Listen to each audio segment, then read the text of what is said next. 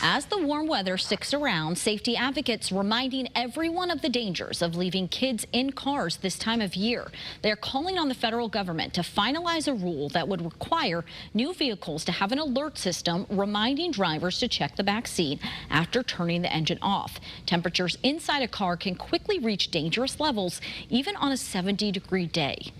So this detection sensor provides effective technology, but only a limited number of car manufacturers have implemented it voluntarily.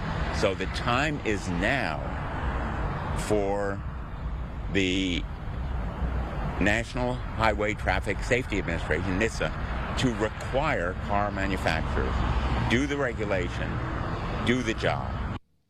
Nearly 40 children die in hot cars in the U.S. each year.